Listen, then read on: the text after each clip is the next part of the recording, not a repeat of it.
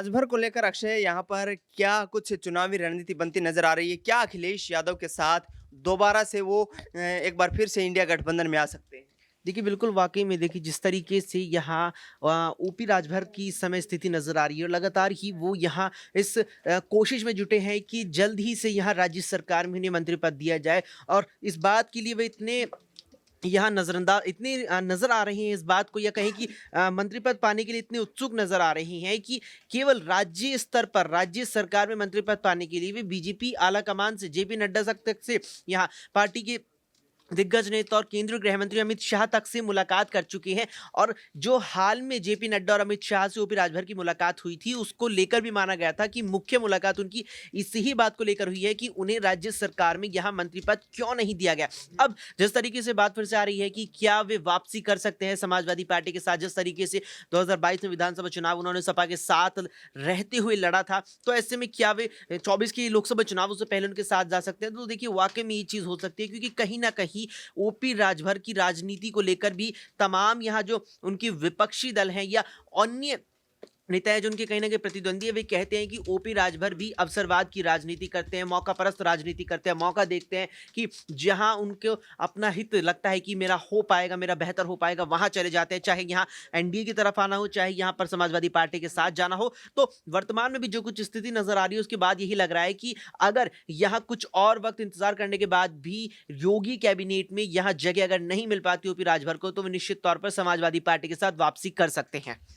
जिस तरीके से 5 सीटें मांगी जा रही हैं लोकसभा में राजभर की तरफ से, लेकिन भारतीय जनता पार्टी 5 सीटों पर सैक्रिफाइस करने को तैयार नहीं, उनको देने को तैयार नहीं है। क्या इसी स्टैंड को देखते हुए एक बार फिर से राजभर अखिलेश की तरफ अपना रुख करते नजर आ रहे हैं? देखिए, 5 सीटें की जो ये पेशकश है या ये जो माँग है ओपी राजभर की और बीजेपी देगी या नहीं देगी, इस बात का अंदाज़ा आप इस चीज़ से लगा लीजिए कि जयंत चौधरी के साथ जो यहाँ अभी एक प्रकार से समझौता हुआ है, आरएलडी का जो समझौता बीजेपी के साथ हुआ है, उसमें 3 सीटों की बातें आ रही थी कि 3 लोकसभा सीटें भारतीय जनता पार्टी यहाँ दे सकती है। इसके बाद बात ये निकल के आई कि 3 सीटों पर अब यहाँ आरएलडी आ गई है कि 3 सीटें दे दीजिए। लेकिन बीजेपी ने पेशकश की 2+1 की, 2 लोकसभा सीटें, 1 राज्यसभा सीटें, जबकि बीजेपी 3 लोकसभा सीटें भी यहां जयंत चौधरी को दे सकती थी, आरएलडी को दे सकती थी, लेकिन एक लोकसभा सीट पर भी आप देखिए कि इस कदर बीजेपी एक एक सीट को लेकर मंथन करती है, एक एक सीट पर इतना ज्यादा यहां पर अपना जो है प्लान बना के चलती है कि अगर सहयोगी दल यहां 3 सीटें मांग रहा है तो 3 नहीं 2 ही सीटें देंगे, एक में राज्यसभा सीट दे देंगे, लेकिन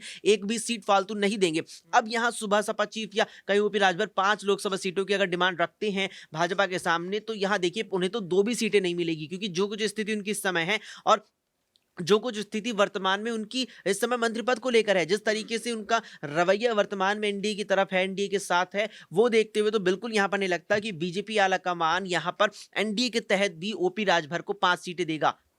बिल्कुल, यहाँ पर ओम प्रकाश राजभर की मुश्किलें बढ़ती हुई नजर आ रही हैं क्योंकि भारतीय जनता पार्टी 5 सीटें लोकसभा चुनाव में देने को तैयार नजर नहीं आ रही है। नाज़मीन से अगला सवाल रहेगा। नाज़मीन, ओम प्रकाश राजभर अपने पुराने राजनीतिक सहयोगी अखिलेश यादव के साथ आने की उनकी तमाम जो है अटकलें लग रही हैं। क्या यहाँ से समाजवादी पार्टी का रुख करते नजर आएंगे यदि बीजेपी उनकी मांगों को पूरा नहीं करती है? जिस तरीके से ओम प्रकाश राजभर की बात की जा रही है और जिस तरीके से वो एक्टिव होते हुए नजर आ रहे हैं और भारतीय जनता पार्टी को लेकर यहाँ पर सीटों की मांग कर रहे हैं, लेकिन भारतीय जनता पार्टी में ओपी राजभर का अस्तित्व इतना बड़ा नहीं है, ओपी राजभर का कद इतना बड़ा नहीं है, जो मांगे वो कर रहे हैं, कहीं ना कहीं भारतीय जनता पार्टी ये पूरी ना कर सके। लेकिन समाजवादी पार्टी की तरफ दोबारा बढ़ना ओपी राजभर का नामुमकिन सा लग रहा है क्योंकि समाजवादी पार्टी के कई दिग्गज यहाँ पर सांसद मौजूद हैं, नेता मौजूद हैं जो समाजवादी पार्टी को छोड़ते हुए नजर आ रहे हैं। जैसे कि अभी बताया गया कि जयंत चौधरी एनडीए के साथ जुड़ चुके हैं। अभी आधिकारिक तौर पर जयंत चौधरी ने ऐलान नहीं किया है, लेकिन ये बातें सामने आ गई कि एनडीए के साथ वो जुड़ रहे हैं। तो वहीं पल्लवी पटेल का जिक्र कर लें तो वो भी अखिलेश यादव के खिलाफ बयान देती हुई नजर आ रही हैं। यहाँ पर कई और ऐसे दिग्गज नेता हैं, यहाँ पर स्वामी प्रसाद मौर्य हैं, वो भी अखिलेश यादव के खिलाफ बोलते हुए नजर आ रहे हैं। इसी बीच में ये भी देखने को मिला था कि कुछ वक्त पहले चुनाव के दौरान ही शिवपाल यादव ने भी समाजवादी पार्टी से किनारा किया था। तो ओपी राजभर ऐसे कैसे चले जाएंगे जब समाजवादी पार्टी खुद टूटने की कगार पर पहुंच रही है, उनके विधायक उनसे अलग होते हुए नजर आ रहे हैं, उनके सांसद समाजवादी पार्टी को छोड़ रहे हैं। तो ओपी राजभर ये गलती नहीं करेंगे कि दोबारा समाजवादी पार्टी के साथ जुड़ जाएं, लेकिन मांग जरूर की जाएगी भारतीय जनता पार्टी से लगातार कि उन्हें मंत्री पद दे दिया जाए, मांग की जाएगी कि यहाँ पर कुछ सीटें लोकसभा लेकिन चुनाव नाज़मीन वो खुद ही कहते हैं कि मैं अवसरवादी हूँ, राजनीति में मेरा कोई परमानेंट दुश्मन नहीं है। इसका मतलब इसी अवसर की तलाश में है राजभर की कहीं न कहीं 5 सीटें जो माँग की जा रही है लोकसभा चुनाव में, वो समाजवादी पार्टी की तरफ से पूरी करती हुई नज़र आए।